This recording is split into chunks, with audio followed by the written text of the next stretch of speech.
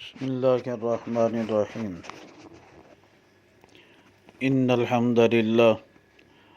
والصلاة والسلام علی من لا نبی بعدہ اما بعد۔ عقیدہ ختم نبوت کے بارے میں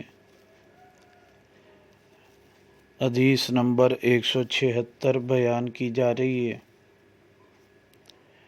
یہ حدیث مبارکہ کنز الاعمال فی سنن الاقوال والافعال میں موجود ہے۔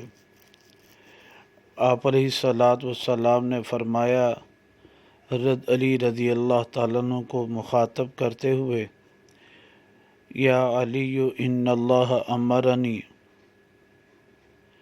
اے علی بے شک اللہ نے مجھے حکم دیا، ان اتخذ ابا بکر والدا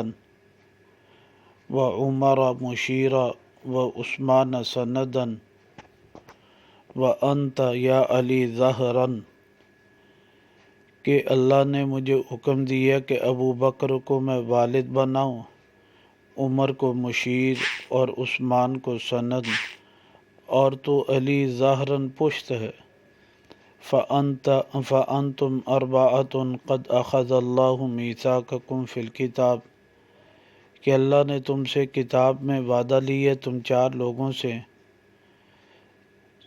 چار لوگوں کے بارے میں، لا يحبكم الا مؤمن، تم سے صرف مومن محبت کرے گا، ولا يبغضكم الا فاجر، اور نہ تم سے نفرت کرے گا مگر فاجر شخص ہی۔ انتم خلائف نبوتی، فرمایا کہ تم میری نبوت کے خلیفہ ہو، نائب ہو، و عقد ذمتی، میرے ذمہ کے عقد کرنے والے ہو، و حجتی علی امتی، اور میری امت پر میری دلیل و حجت ہو۔ لا تقاطعوا، آپس میں قطع تعلق نہ کرنا، ولا تدابروا، ایک دوسرے کے پیچھے نہ پڑ جانا، اور تم ایک دوسرے کو معاف کرنا دے۔ اس حدیث مبارکہ سے یہ معلوم ہوا کہ نبی پاک صلی اللہ علیہ وسلم نے فرمایا، انتم خلائف نبوتی، کہ تم چار افراد میری نبوت کے خلیفہ ہو، نائب ہو،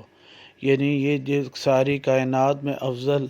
نبی پاک صلی اللہ علیہ وسلم کے بعد ساری کائنات میں افضل، یہ سب سے زیادہ افضل یہ چار شخصیات ہیں، اور یہ بھی نبوت کے خلیفہ ہے، خود جو ہے نبی نہیں۔ جب یہ نبی نہیں بن سکتے تو آپ علیہ السلام